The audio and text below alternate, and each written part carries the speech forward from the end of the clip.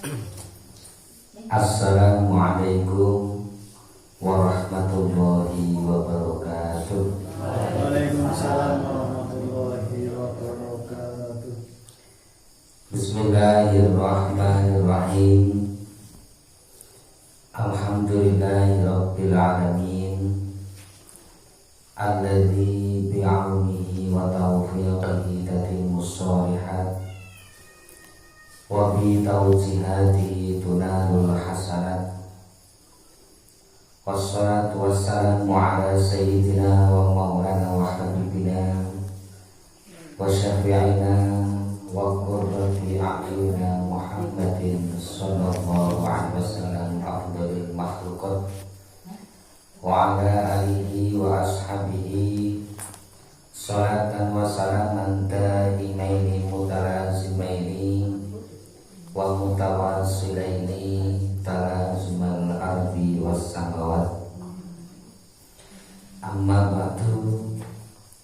Pangrasanipun para sepuh sepuh dalah kasepuhan sedaya ingkang kita mulyakaken langkung panjenenganipun Bapak Sudi, panjenenganipun Bapak Durbaryati, ugi pengurus Ranting Nahdlatul Ulama Desa Kiji, panjenenganipun Bapak Sumiarso, ugi Bapak Ngadirin, dalah para sepuh lentunipun ingkang semua hadir wonten ing menika majelis sedayanipun kang tansah kita hormati kita mulyakaken.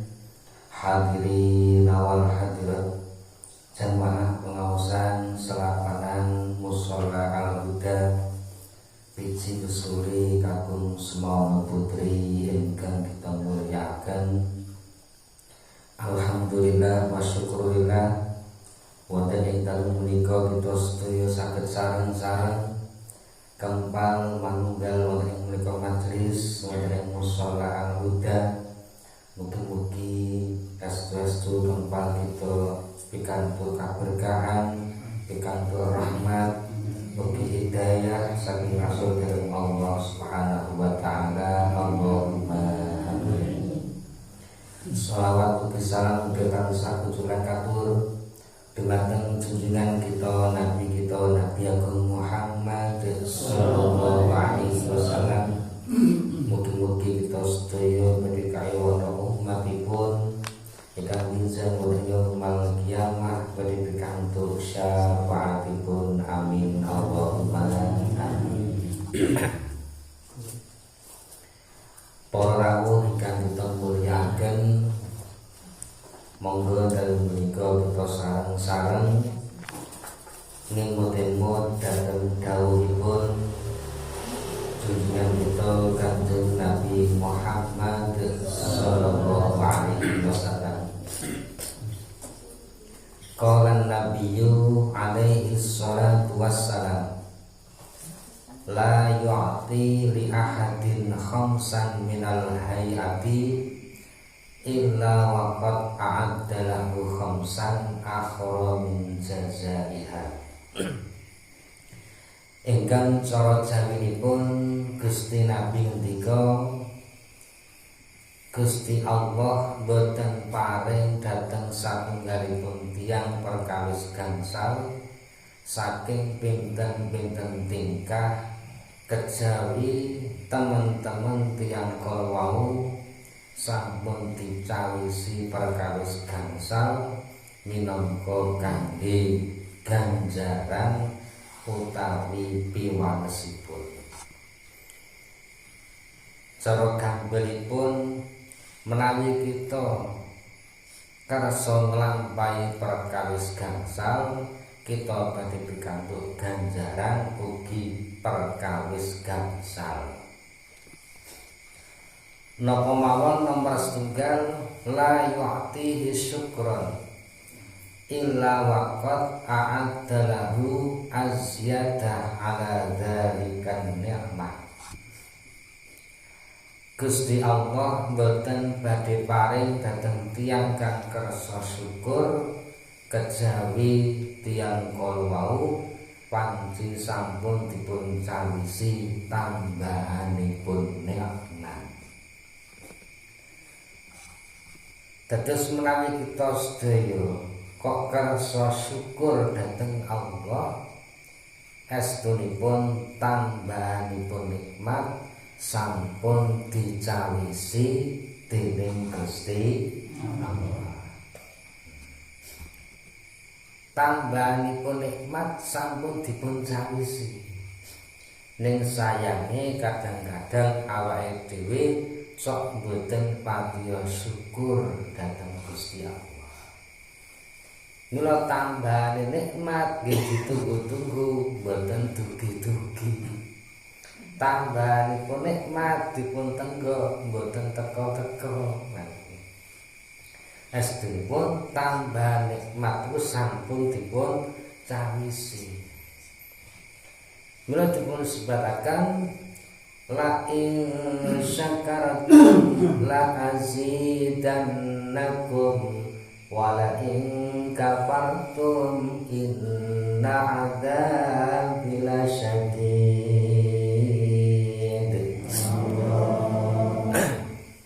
Demi yakti teman-teman padha gelem mensyukuri nikmate Allah, la azidannakum mongko nikmat kala wau teman-teman badhe dipun tambahi dening Gusti Allah. Syukur, bicara masalah syukur, mula kapan kita sedaya pikantuk nikmat rupi napa mawon saking Allah, kita dipun dawuhi mangos alhamdulillahirabbil alamin. Jadi syukur ingkang pertama, syukur bil qaul, syukur kanthi ucapan maos alhamdulillahirabbil alamin. Minimal nggih maca alhamdulillah. Rasa sampunipun kita sedaya mensyukuri nikmat kanthi maos alhamdulillah utawi maos alhamdulillahirabbil alamin, kita sedaya mboten namung cekap niku, ning kita kedah menggalih nikmat sing diparingke Gusti Allah iki ana gunane apa. Nikmat sangka Allah iki yen ana gunane kanggo apa? Mila dipun sebataken an nikmatu tasarrufun ni'am li taatillah. Nanjakake nikmat, nasaropaken nikmat sing cocok karo sing paring. Nek mboten nasaropaken nikmat niku kangge ningkataken ibadah.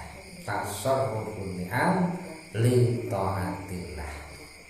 Kita sedaya dipun paringi nikmat dening Allah, nikmat kala lajeng dipun ginakaken kangge nambahi ningkataken anggen kita sami taat dhateng Gusti Allah.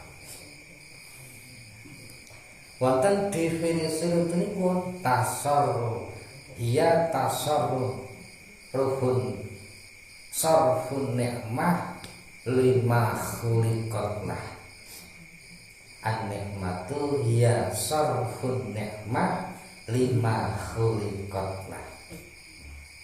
Lan sing niki definisi sing niki maknanipun nanjakaken nikmat, nasaropaken nikmat sing cocok karo sing paring nikmat. Mula kapan kita sedaya pikantuk nikmat napa mawon saking Gusti Allah, kejaba kita maos alhamdulillah wau niku kita nggih kangge ningkataken ibadah, ning boten kalah pentingipun tansah dipun galih. Aku dipun paringi nikmat umpaminipun rupa kesehatan. Lho, kesehatan iki gunane kanggo apa? Tentu nggih kangge nyambut gawe, kangge ibadah. kangge tirakat kangge poso. Dipun paringi nikmat ingkang arupi mripat tentu kangge maos Al-Qur'an. Kangge mirsani perkawis ingkang pikantuk ridhanipun Allah Subhanahu wa taala. Niki panci kita sedaya gesang teng alam dunya. Niki panci ngeten iki dipun gawe ibadah.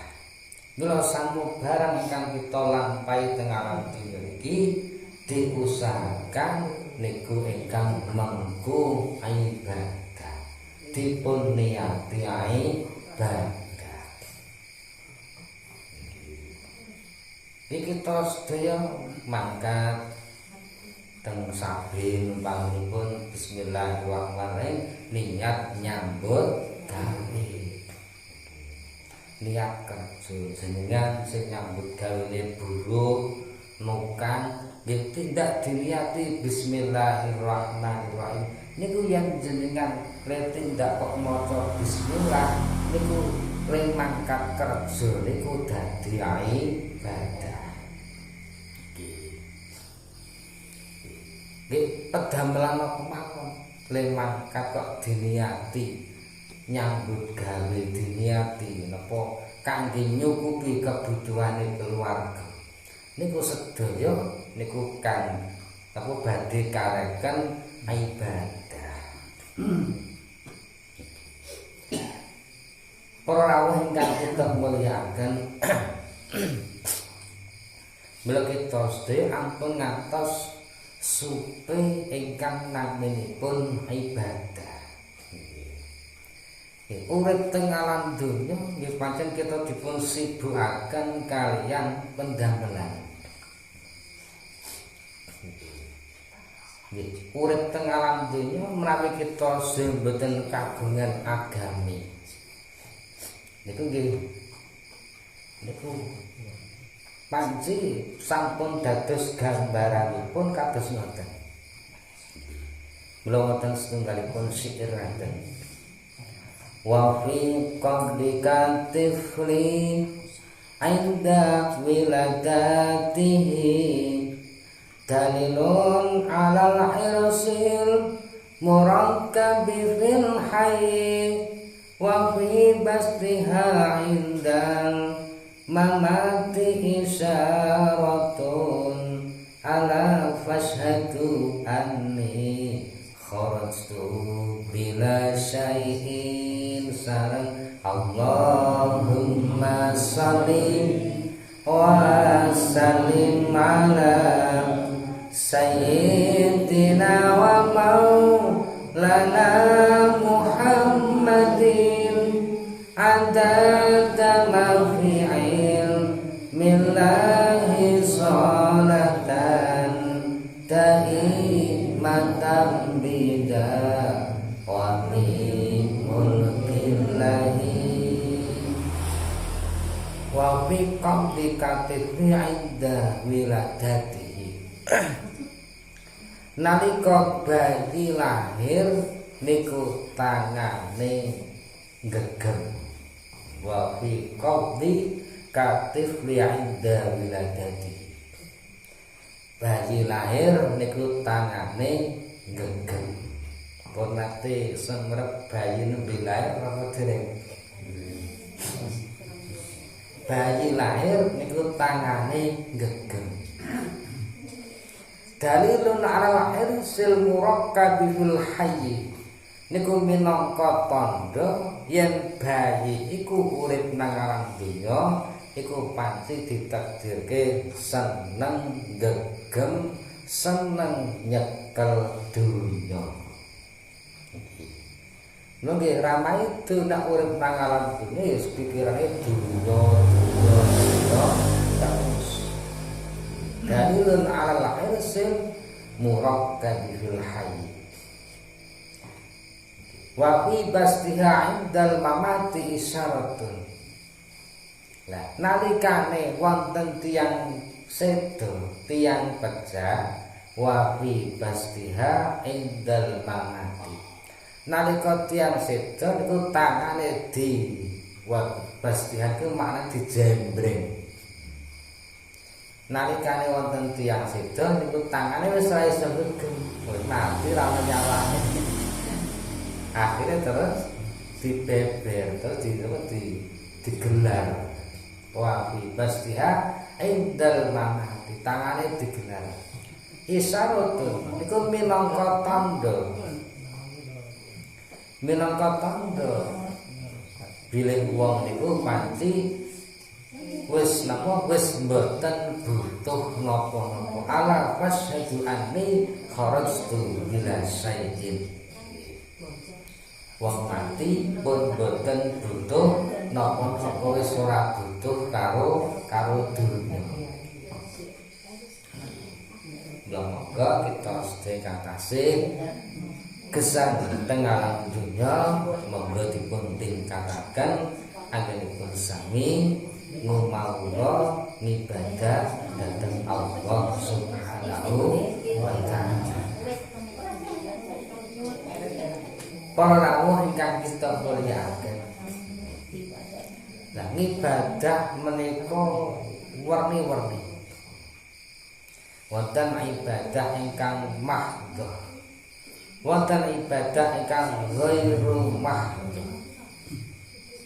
So bahasa netrane nggih vertikal horizontal. Ibadah mahdhah ingkang vertikal niku ibadah ingkang sifatipun langsung. Langsung dateng sinten nggih? Langsung dateng Gusti Allah.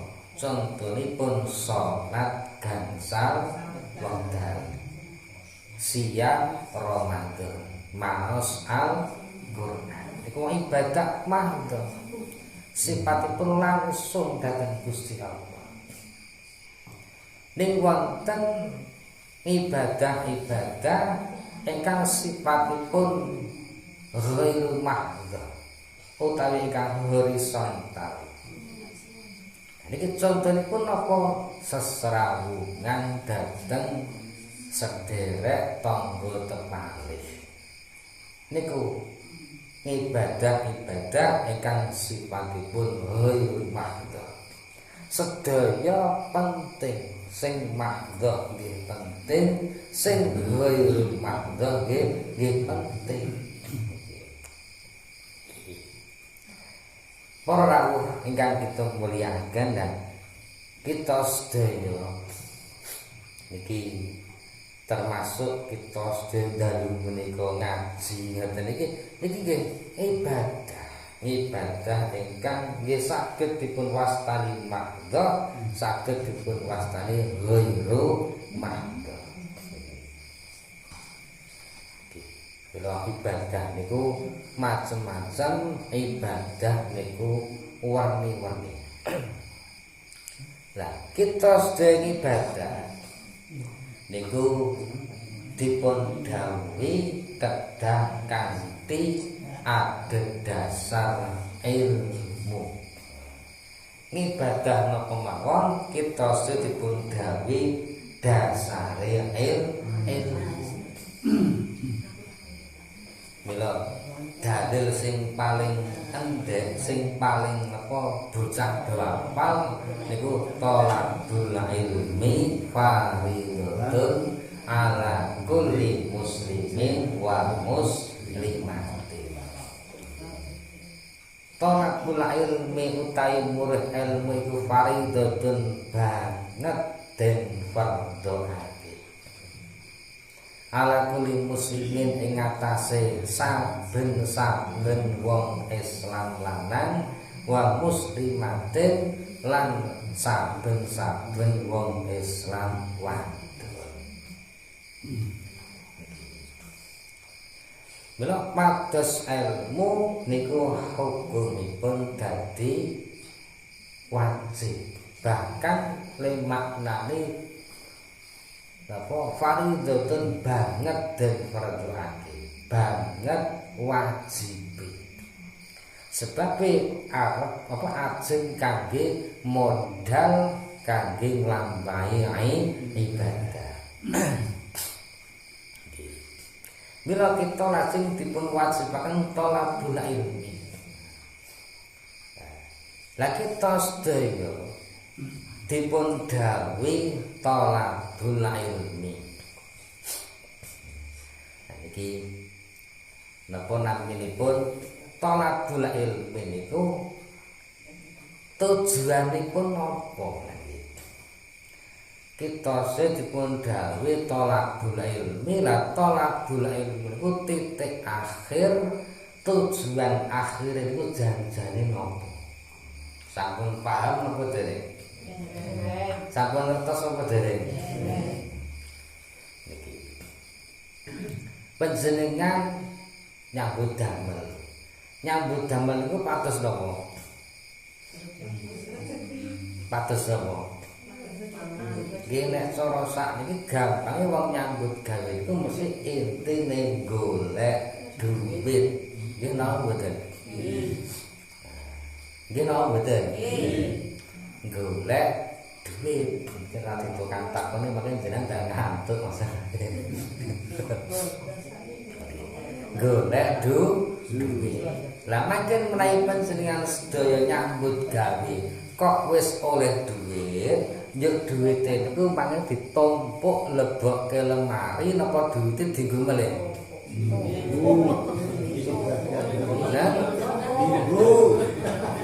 Dienggo melih napa ditumpuk nang lemari? Hah?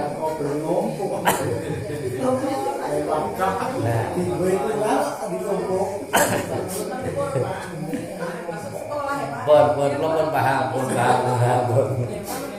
Berarti jenengan pados duit, ning duwite niku mau jebule ora dong lumpuh, nggih mboten. Lumpuh meneh duwite. Lah kok golek duit basa duit lunggake malih. Jebule duit niku mangke dimanfaatke.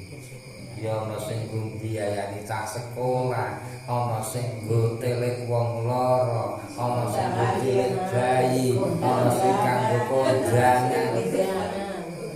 Nggih napa mboten? Lha niku manfaate duit ngoten niku, paling sakniki niku segalanya pakai uang. Segalanya pakai uang sakniki. Nah, gambaranipun ngeten. Jenengan pados ilmu. Jenengan pados ilmu. Nah, ilmu niku sing bisa berbuah, sing bisa ana hasile niku nggih ngelmu sing dimanfaatake. Jadi buatan berarti kalau panjenengan golek ilmu, umpamane ngapalke usolli fardhul maghrib wis apal. Wis aku hafal lah nek kula usolli, kabira ya wis hafal, Fatihah hafal. Ning nek jenengan mboten salat, berarti nggih tetep mboten iso pikantuk ganjarane salat. Nggih napa mboten? Lah niku jenengan thalabul ilmu pikantuk ilmu niku dereng tujuan. Sasampunipun apal wacan-wacane salat, jenengan pun nindakake salat. 5 wektu wis dilakoni kabeh niku pun nggih dereng dadi tujuan. Dereng dadi tujuan. Mula dawuhe Kanjeng Nabi kan samratul ilm. Napa? Samratul ilmi al akhlak. Utawi dipun sebataken al ilmu bila amalin kasajaru bila samarin te samrati. Ilmu sing boten diamalke niku ibarate kaya dene wit sing boten berbuah. Dadi ilmu sing boten dingamal kaya dene wit sing tanpa buah. Nandur napa? Nandur wit pelem nang arepan. 20 taun kok ora awah-awah kethok apa mboten? tegar rawo gerep boten uwohe. Tapi nek uwohe kok akeh iki diopi-opi diopeni.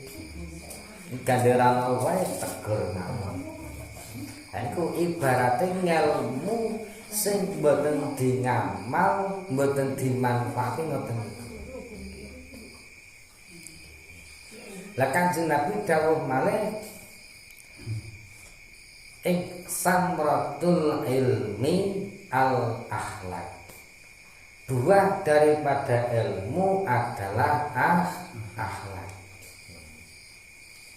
Mula Kanjeng Nabi misi diutus dening Allah niku innama bu'istu liutammima makarimal akhlak. Angin pestine ingsun diutus dening Allah dimodali Quran, kitab suci Al-Quran iku ya mung kanggo nyempurnakake akhlak. Mula kita sedaya kapan pados ilmu nggih diusahakan ngantos dumugi akhlakul karimah niku. Kapan pados ilmu kok mboten ngantos dumugi akhlakul karimah nggih geger-geger donya kaya wingi niku. Geger-geger HP, geger-geger napa WA Facebook. Niku kapan pados ilmu mboten sampai tujuan. Di tengah dalan wis mandeg niki. Lah wingi iku lak wonten postingan-postingan jenengan mungkin pun do preso teng HP. Pondok pesantren Lir panjenenganipun Simbah Kyai sinten? Anwar Mansur, Simbah Kyai Anwar Mansur disorting terus santri do lagu dodok saling kalih ngaturke amplop. Niku kalih dipun apa? Kalih dikomentari dengan bahasa-bahasa sing ngoten niku. Sing lingni santri ngesot, sing perbudakan, sing napa feodalisme. Iki perlu kita aturaken iki. Pancen donya saat menika pun ngaten iki. Pancen didikan teng pondok pesantren niku pancen ngoten niku. Tapi ngoten niku mboten termasuk bagian feodalisme. Ning niku justru malah bagian saking akhlakul karimah. Yang feodalisme niku kan hubungane kalih materi, hubungane karo dunya. Bawahan tunduk karo atasan. Lek tunduk mergo napa? Mergo wedi dak dipecat. Niku jenenge feodalisme. Jadi yang lek tunduk niku babagan dunya niku jenenge feodalisme. Tapi munduk-munduke santri kalih kiai, kalih ulama niku bagian saking akhlakul karimah. Mula teng pondok pesantren niku wonten satunggalipun kitab khusus sing membicarakan masalah niku masalah akhlakul karimah. Tengene kitab niku dipun criosaken wonten satunggalipun raja asmanipun Sultan Harun Ar-Rasyid. Sultan Harun Ar-Rasyid niku kagungan putra. Putranipun dipun dawuhi ngaos mondhok tenggene Imam Asmu'i. Lah setunggal wekdal Imam Asmu'i menika sawegerah. Akhiripun nalika badhe salat, badhe wudu, Imam Asmu'i menika nyuwun tulung kalih putrane raja niku. So gampang ya. Nah, aku arep wudu, tolong iku aku dikucuri, diwuduri. Yang diseret ya diwuduri. Lah pas nguturi niku rajane rawuh, bapake niku rawuh Sultan Harun Ar-Rasyid. Lah sendara sampun sekap wudu malah Sultan Harun Ar-Rasyid niku matur kalih Imam Asmu'i, "Ya Imam, lho kae napa kok anak kula mung didhawuhi nguturi tok. Mbok sisan kon ngosoki sikile jenengan niku. Mbok sisan kon ngosoki sukune jenengan niku." Niku sing jenenge Raja Harun Ar-Rasyid. Nek cara sakniki kan wis dilaporke polisi ta ngoten niku nganti anake ngosoki sikile kiyaine. Dilaporke polisi lan ini perbudakan dan lain sebagainya. Mila niki sing jenenge didikan akhlakul karimah. Kata sangat contoh-contohipun teng pondok pesantren. Teng pondok saweg bangun pondok. Biasa pati sing jenenge santri ngoten niku.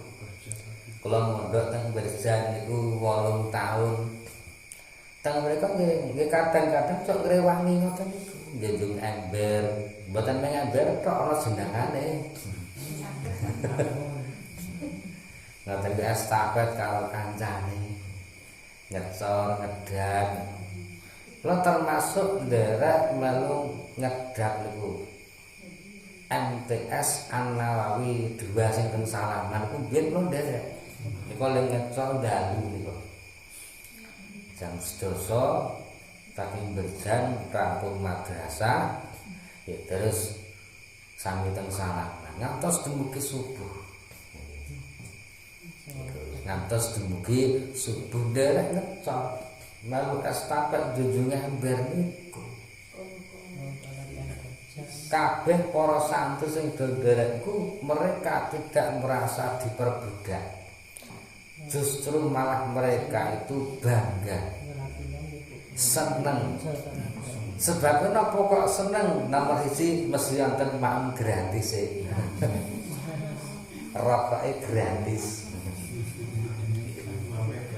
Sing kaping kalih niku napa harapanipun badhe pikantuk barokahe para pendiri pondok pesantren Berjan. Berkah niku mboten ketinggal, ning saged dipun raosaken. Berkah niku mboten ketinggal, ning bisa dirasakan. Mboten wonten teorine, ning wonten prakteke. Nggih Berjan ngawontenaken pengaosan niku sewulan sepisan, selapan dina sepisan, sewelasan. Niku biyen kula nggih melu sing jenengane ngangkat baki Laden. Ngangkat baki Laden ngecungsungke piring, makane pun sing ngaji sing disuguh pun tidak mungkin kula nglumpuhke piringe. Digawa dengan asa-asan melu asa-asa teng mriko. Niku sedaya niate tabarukan ngalap berkah. Iki. Lah barokah napa sing saged kula raosaken? Sing cetha sing kula raosaken ngaten niki. Kula yakin jenengan sing rawuh niki urung mesti gelem ngrungokke omonge kula yen kula biyen rung tau ngangkat bagi nang Berjan. urung tau asah-asahan berjan. Dereng mesti. Sing kula rasaken ngoten niku. Nek dadi santri niku mboten iso sombong, mboten bisa umum. Wong-wong do gelem ngrungokke ra mergo aku le pinten mboten ngoten niku. Justru malah kaya wong-wong do gelem kuwi mergo barokah saking pondok. Lha iki jenenge barokah. Nek kula biyen teng becan ora melu ngecor, ora melu ngangkat baki laden, mboten gelem melu asasa, durung mesti teng mriki ngajine payu. Wong ngaji ngoten iki dereng mesti sing duwe ilmu. Sing duwe ilmu, sing ra payu birang-birang. Kula saged bentenaken saged matur niki mergo napa kula mbiyen teng Berjan ning ngaji nggih sekelas. Pantawis tiyang tigang dosonan. Dumugi saat menika sing wis cok ngisi pengajian iku mboten kabeh. Dari 30 anak niku mbiyen teng pondok pesantren niku sing dumugi saiki cok ngisi pengajian iku ora ana 15. Iki mboten wonten separo. Nggih, panci ngoten niku midherek keahlianipun piyambak-piyambak. Ning nek cara logikane kudune weton pondok.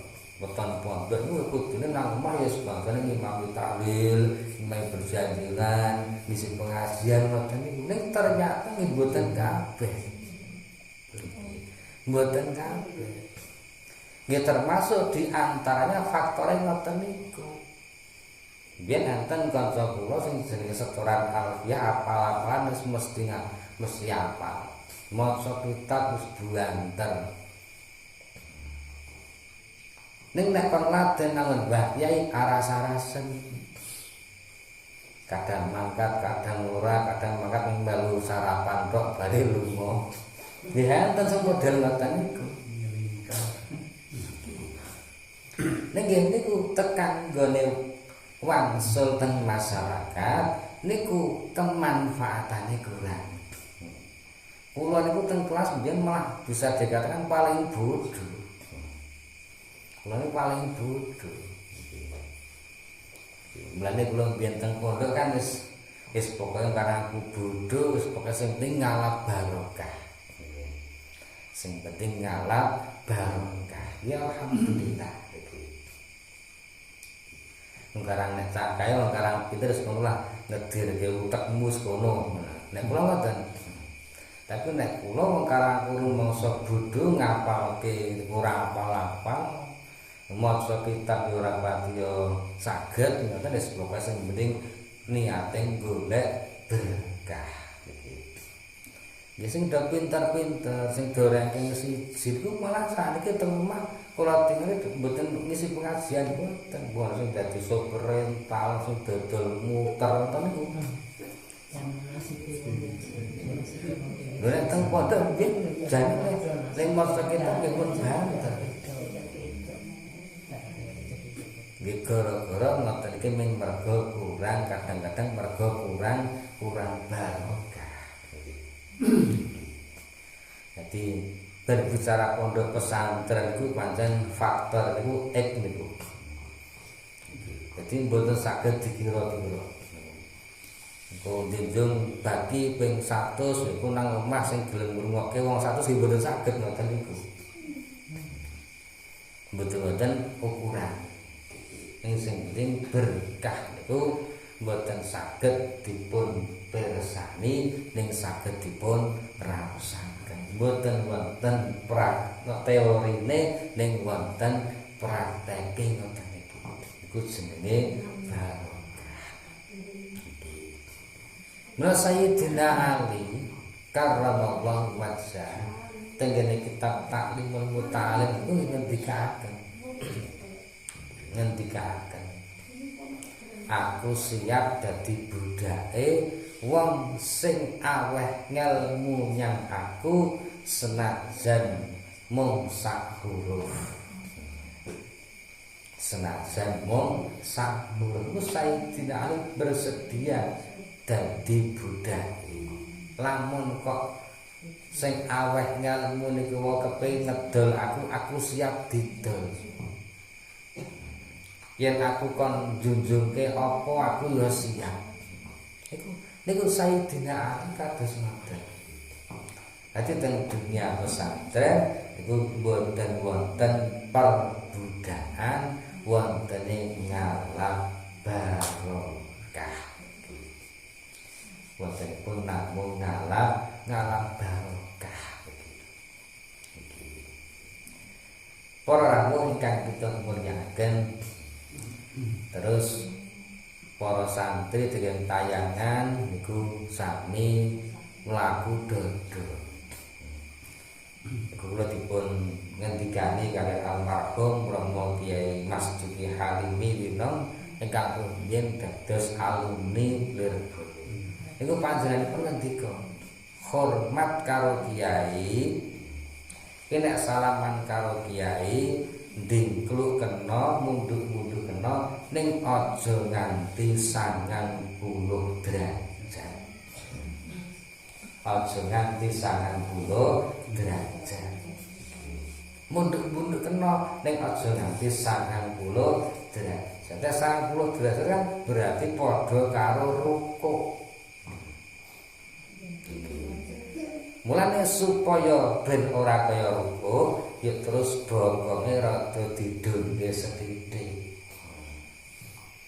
Bokonge rada didunke sethithik.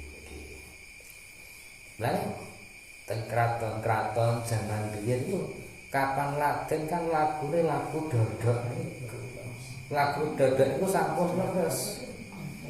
Wong panci Kanjeng Nabi le dawuh kan ad-dinu bi Makkah wal akhlaqu bijam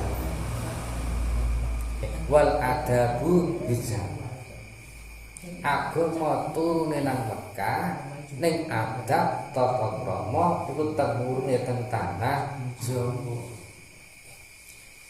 Walaupun boten wonten agama Islam, tanah Jawa niki tiang-tiange zaman rumiyin tetep duwe tata krama, tetep duwe adab.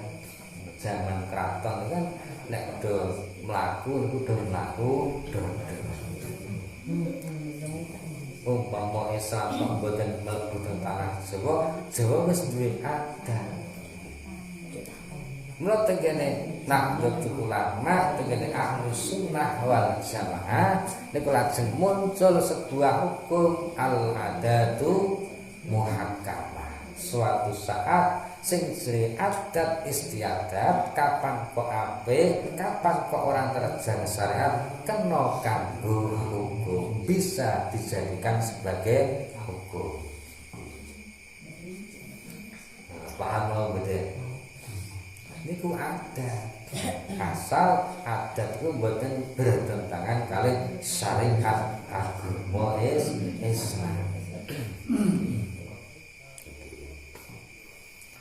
Malah tengene kitab Ta'limul Muta'alim niku dipungendikaken al-hurmatu khairun minat ta'ah. Al-hurmatu khairun minat ta'ah. Sing jenenge ngormati iku luwih apik tinimbangane taat, tinimbangane nderek dawuh. Timbangane nderek dawuh. Mila tiang-tiang NU kapan maca sholawat niku diselehi sayyidina. Jenengan menawi duwe kitab hadis pun jajal buka kitab hadis. Pundi dawuhe Kanjeng Nabi sing dawuh maca sholawat kok tengku sholawate ana sayyidina mboten wonten. Qulu Allahumma sholli ala Muhammad. Kanjeng Nabi dawuh ngoten. Maca sholawat, kowe nek maca sholawat maca Allahumma sholli ala Muhammad. Kanjeng Nabi dawuh ngoten. Nek kang napa kok orang-orang NU kebanyakan yen maca sholawat ditambahi nganggo sayyid. Ini kuwi al hurmatu khairun minat ta'ah. Sing jenenge ngurmati niku luwih apik tinimbangane nderek dawuh tinimbangane taat. Wong dipun logika ngoten, nggih mboten mungkin lah. Nek Kanjeng Nabi niku kok njuk le dawuh nganggo lafal sayyidina mboten mungkin. Contohnya pun ngaten. Contohnya ngaten. Umpamipun kula suatu saat dipun aturi ngaji teng pundi. Dilalah boten saged dipun kula wakil kanca kula. Wis kono aku ndek pengajian pun sole ngelang umpamipun. Aku duwe selapanan malam Jumat wakil nang sore. Dilalah engko bengi aku ora iso teko kono sampe aku diwakili. Aku diwakili. Wis kono wis pokoke cara gampang genake wae pokoke Bahaudin ra iso teko. Bahaudin ra iso teko ana acara liyane kula sampeyan sing makili nggih. Lah wakil kula mriki teng mriki le matur pripun? Ndak ya teng mriki le matur nggih terus mriki niki Bahaudin ra iso teko mrene. Ngoten niku lho matur. Lagi mboten mungkin tegesipun pangapunten dalu menika panjenenganipun Al Mukarram Bapak Kyai Bahaudin mboten saged rawuh secara pribadi kula ingkang dipun dawuhi mawon ngoten. Padahal kula wau ling matur kan wis pokoke kandhane Bahaudin ra iso teko. Ternyata wakil kula ling matur teng mriki nganggo panjenenganipun nganggo Al Mukarram nganggo Kyai Bahaudin kadang-kadang lho gambaran pun ngoten Kanjeng Nabi mboten mungkin bebek silem ngoten. Kanjeng Nabi mboten mungkin ngalem karo awake dhewe. Wes sing ngalem nggih awake dhewe umat niki. Lah ngalem niku wau ngurmati niku bagian saking adat, bagian saking tata krama. Iki panci zaman sampun kados ngaten. Zaman sampun kados ngaten iki kula panjenengan nggih napa nggih kedah napa sabar. Kantenan nggih lari-lari nggih bahkan bisa tiyang sepuhe pindah niku kathah ingkang anggenipun berpikir niku boten dawa. Le mikir boten dawa. Panci Allah Subhanahu wa taala nek cara ulama ahli tarekah niku ndamel akal niku werni kalih. Wonten akal sing disalahke teng utek, wonten akal sing disalahke teng ati. Akal sing tengen utek niku yudak biru amrad dunya. Akal sing tengen utek niki mung saged ngento-ento perkara dunya. Lah akal sing dengan ati itu sing bisa ngento-ento nggih donya nggih akhirat. Lah tengen ati niku wonten ati sanubari, wonten ati hakiki. Ati sanubari. Sanubar niku aslinipun cara ngendikane ulama niku digambarke kaya dene ceret. Wonten sing gambarke kaya dene wit. Wit utawa ceret sing besok zaman akhir bakal digawa dajjal. Dari ceret ngoten niku ceret sanubar niku nggih niku tapi cucuke enten kalih. Mriko ana cucuke sing mriki nggih enten cucuke. Lah sing siji niku calone ngetokke madu, sing siji calone ngetokke racun. Niku jenenge sanubar niku. Mula hati sanubar iku jane isine nggih enten loro. Isine isih ana malaikate, isih ana iblis, ana setan. Mula sing jenenge hati sanubari iku belum hati yang paling dalam. Hati sing paling jero ya kuwi sing dijenengi hati hakiki. Lho, hati sanubari ngoten niku kapan kok digawe dikir, dikepeke dikir, maca Quran, kang ibadah.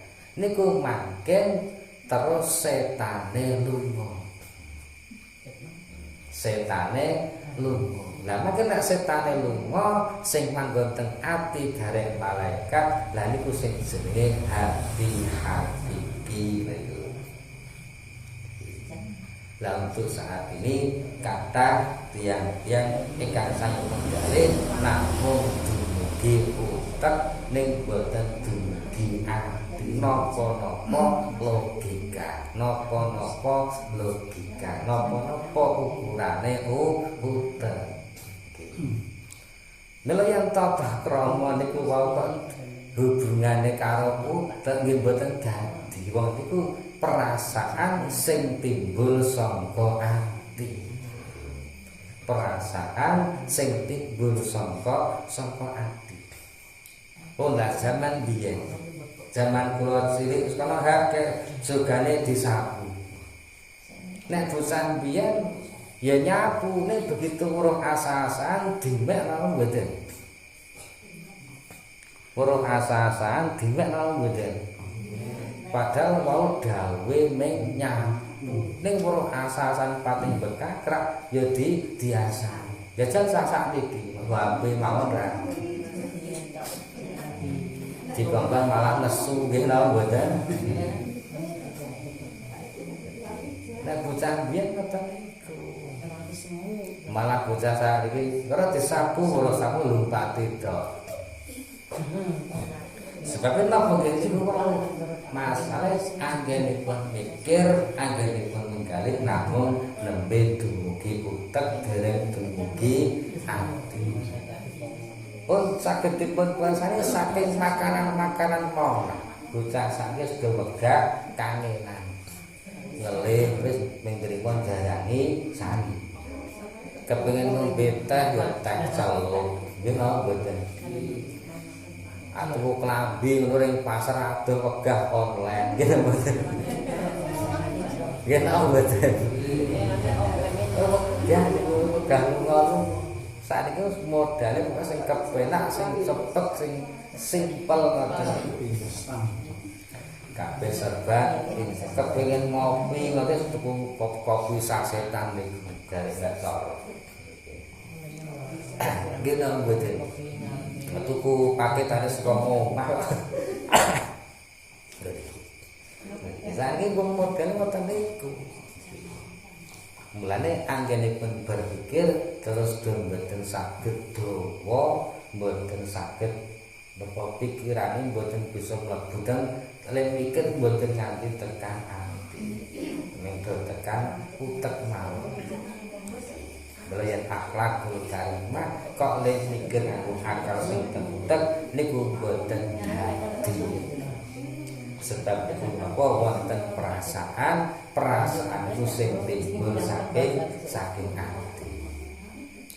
Para rawuh ingkang kita mulyakaken pun niki nomor setunggal wau kula panjenengan dipun dawuhi syukur dhateng Allah Subhanahu wa taala. Kapan kita sedaya kersa syukur dhateng Allah, maka nikmati Allah bakal ditambahi dening Allah Subhanahu wa taala. Para rawuh ingkang kita mulyakaken pun iki maosan ketunggal iki. Insyaallah kita ngerasaken benjang selapanan ngajeng. Dirampung-rampung iki kan suka penasaran terus si ombo. Katen mawon maosan. Kalau sedikit pun saya do kesel aku dapat kudu kendulen kena besen. Suara malah sesuai saya entek iki suarane. Pun mekaten mawon ngaosan kakek sekati kebulan faedah pun iki saged lebih wonten ing salebetipun semangat dados hidayah saking asal-usulipun Subhanahu wa taala ingkang kita dipun paringi enteng lan gampil anggen sapa nglampahi Allahumma amin kalebatan kedherek pangapunten hadan baik wasmain Allahul muwaffiq ila aqwamit thoriq. Assalamualaikum warahmatullahi wabarakatuh. Allahumma shalli wa sallim ala sayyidina Muhammad wa ala ali sayyidina Muhammad sayyidil awwalin wal akhirin wasallallahu tabaraka wa ta'ala menjadi sayyidina ashabi rasulillah ajmain. Alhamdulillahirabbil alamin hamdan wa yukafi mazidan ya rabbana alhamdulillah ya berbicara wasika wa al-sultani rabbana atina fid dunya hasanah wa fil akhirati hasanah wa qina adzabannar wa sallallahu ala sayyidina Muhammad wa ala alihi wasallam subhana rabbika rabbil izzati amma yasifun wa salamun ala al-mursalin walhamdulillahi rabbil alamin. Bismillahirrahmanirrahim.